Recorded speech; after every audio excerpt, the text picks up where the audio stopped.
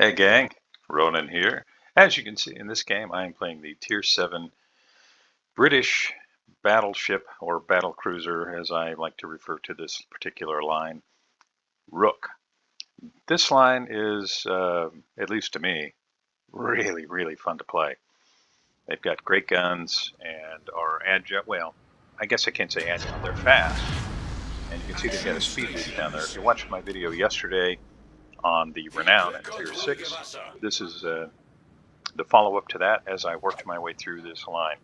I had been kind of neglecting to finish this for quite some time, and I decided finally, you know what, I need to do that. And boy, am I glad I did, because they are really fun to play. If you're a Battleship main, you're going to find that the play style is probably a little bit different, at least in my opinion. These play a little bit more like a heavy cruiser. The guns are just phenomenal. Now, these are 381s, much like the Tier 6, but at Tier 6 and Tier 7, these guns are surprisingly effective. The guns are 381s. I'll give you the rundown on those as the game kind of gets underway here. They are set 3 barrels in each of 3 turrets for 9 total guns. Base reload is 31 seconds, which you can see there at the bottom of your screen. The 180-degree turn time, 30 seconds. Firing range, 16.5 kilometers. You can see that I've got that extended a bit, primarily for when I was up-tiered into Tier 9 matches, and it came in very handy. The max dispersion is a phenomenal 186 meters at that max range. It's a little bit more dispersion when you extend the range like I have, but it's still really good. The maximum HE shell damage, 5,350, which I think is identical to the Tier 6 in this line. 34% base fire chance, also identical. 836 meters per second. The AP shells do a max damage of 11,400 with the initial AP shell velocity of the same 836 meters per second. Now, once you get the hang of where to put these shells, you're going to find them very nice. Now, Le Galissonier, he's turned in, so those shells are going to fall harmlessly in the water, but that could have been really bad for him had he just kept steaming along. Secondaries, really nothing to speak of, at least in my opinion. You've got 8 Concentrate fire on that enemy warship. double 152s with a firing range of 5.6 kilometers, 12-second reload, so your rate of fire is 5 shots a minute. And they do maximum HE shell damage of 2150 with a 9% fire chance. You're not often, at least in my opinion, going to get the chance to see your secondaries do a lot of work. And the reason for that, of course, is that if you're getting that close, you're probably pushing into a crossfire or some other really unpleasant situation. And this ship does not have great armor. So keeping your distance is really important. You can see Le Galissonier, he's trying to stay away from these guns. And here's the sub. Let's see what I can do about that. I hate to miss a chance to get guns on Galissonier, but he's going to go ahead and finish his gamer turn, and I just have to hope that I'm going to be able to get these guns on him.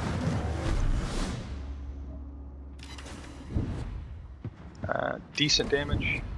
Not great, but decent. And I did manage to do a little damage to the sub. And now I need to turn and get out of here. Using that little black spot there in the water, give me some idea where the sub is. It's an oil slick, right? Gives you some clue of where to put your airstrike. And looks like he's found cover behind the island.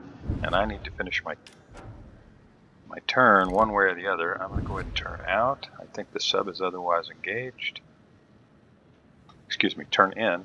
And since I'm not detected, I'm just going to try and reposition out here and get shots on that cruiser again. I can't imagine that he's going to just push right into the cap. He's got a battleship there. He knows Atlanta is out here. So I'm hoping to get a shot on him on the outside. But no, I think he's just going to run more or less straight ahead where he's at now, kind of toward Prince Heinrich, and I'm not going to get a shot. So I'm going to need to probably move back toward, yeah, just have to watch him, I guess.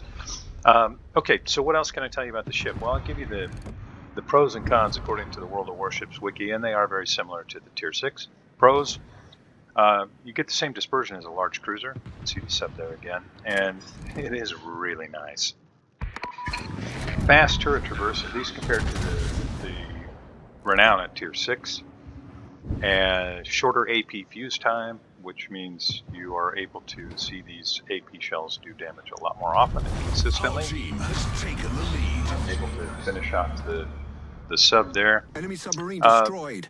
Torpedoes with the torpedo turning mechanic, kind of handy really if you do have the opportunity to use them. Engine boost deactivated. High top speed with an improved acceleration and also a speed boost. Hood is turning on the map edge. Yeah, is that cheating? What do you think? I kind of think it might be. I mean, if somebody's done it accidentally, I guess I can kind of understand that, but it seems like some people make a habit of it. I'm not suggesting this player did, only that, it seems like some people run to the corner or to a map edge and they just kind of sit there. Now, to this player's credit, I don't really feel like this player did that. He made an honest attempt to stay in the game and keep guns hot. Just want to make sure that I state that, because I don't feel like this player was doing anything cheesy. Front. So we mentioned the high top speed with the improved acceleration and the speed boost. Excellent surface concealment, which will allow you to get in positions that can create some real opportunities to dish out big damage, and also carries the defensive fire and engine boost consumables. That's the pros from the World of Warships wiki. Now the cons: average health, weak armor, low torpedo damage reduction, low main battery range, slow main battery reload, so too bad, 31 minutes. Only 2 torpedoes per side with longer arming time and minimum arming distance. Slow secondary reload. You're not going to have. You're not going to see, if you're playing this. At least if you're playing this decently, in my opinion, you're not going to have any opportunity to see your secondaries go to work. Very weak long-range AA defenses, and that's a fact. Very large turning circle, high air detection range, and no improved repair party consumed. But what you have works reasonably well, at least in my opinion. You can see the hood he's doing a really good job of staying angled, but even though I was able to punch through and pick up 7,500 damage there. Engine boost activated. Now our team has done a phenomenal job while I've been talking, and you can see that the red team is down, and there's an example of this armor. It is not very strong. I was fairly well angled there, but it just punched right through. And I'm going to go ahead and try and get a turn before his guns reload. There's another 7,200 or thereabouts. And I'm in the middle of my turn, and here come the AP shells. This could really hurt. 98, I feel like I got lucky there, to be honest with you. This is really not a ship that you want to get caught sitting broadside by another battleship. I have to keep turning, or I'm going to go nose into the island here, which is going to leave me with nothing but my rear guns, unfortunately. But I really feel like I need to move toward the Bravo cap rather than running outside. I'm going to run center and follow the Iron Duke. And that shot just did nothing. So what do I like? Well, I like the speed of the ship. I like the guns very much. If you enjoy accurate guns, there's a lot to like in this line. And I've got videos coming for the next couple ships in this line. The only one that I don't have a video for is the St. Vincent at Tier 10. But I have the 6, the 7, the 8, and the Tier 9. And they share a lot of similarities and are, at least in my opinion, a lot of fun to play. As our Akatsuki there is getting himself into trouble and gets blapped by Happy Gamer 1123 in the Nuremberg. Engine boost Hood deactivated. is still in the game. He's kind of been running way outside trying to stay alive, but finally dragged down. Much obliged, Commander. Now, it helps, of course, in this game that this ship is top tier. I don't want to give you the sense that this ship is great in every situation. It's not. It's got its weaknesses, and as I mentioned, this armor being the way that it is, well, you just can't do a dead stop. You do not want to push into a crossfire, but at this point, there are 3 red ships, and I don't have to worry that much about that happening. So I'm just going to keep moving forward. We've already secured the Bravo cap. This game is really all over but the shouting. And although this is not a phenomenal game for me, there are a couple of shots that are coming that really kind of highlight how effective these guns can be. And you can see the detection radius on the ship, 11.7 kilometers. So I'm able to hit this guy at range 14 when I'm already turning, which is going to mitigate any damage from his return fire if he does. And then I pick up a little over 10k damage. You can do that fairly consistently. And you're going to see that my detection radius is going to drop off here. And now he no longer has me as a target. So I'm going to get another more or less flat broadside shot. You can see he's beginning to turn north. So I aim a little higher. And now I need to shift my focus over here and count on my teammates to finish him off. 3 pens for over 10,000 damage, and Iron Duke does finish him off. Their Nuremberg finishes off our Pensacola. And that leaves me down here with an opportunity to finish off both the Tiger and the Nuremberg. I've still got 42, almost 43, a little over now, 43,000 HP against a Tiger that's almost out of HP, and a Nuremberg, which is, if you're familiar with that line at all, made of glass.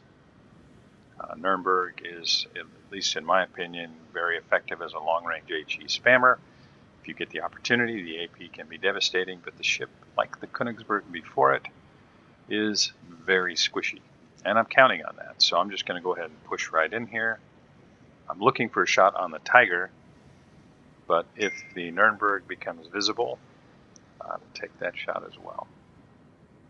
There's the Tiger, 10,233 HP. He's barely moving.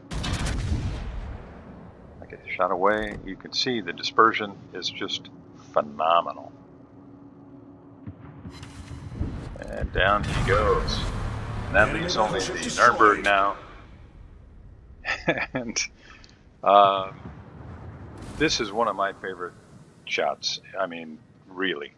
It's not that I'm any kind of superhero. I kind of give credit more to the ship than to me. But it is so satisfying to aim well and be rewarded with a ship's shells that actually go where you aimed them. Yep.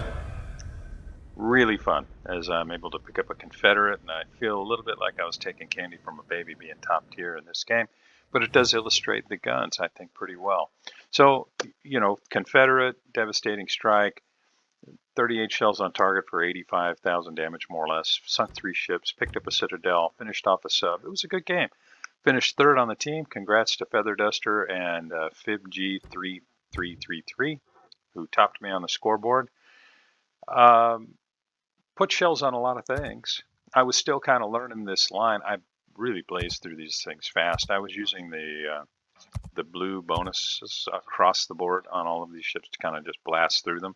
So I didn't play a lot of games in any of them, but I found them to be very fun to play, and they are something I plan to revisit. You'll see credited in XP. Yeah, that's because of all those blue thingamajigs that I put on there to give me extra XP and such. I hope you enjoyed this. If you have a predilection for battleships or heavy cruisers or anything with really accurate guns, I think you can enjoy this line a lot. If you enjoyed this, please like and subscribe, and I'll see you next time.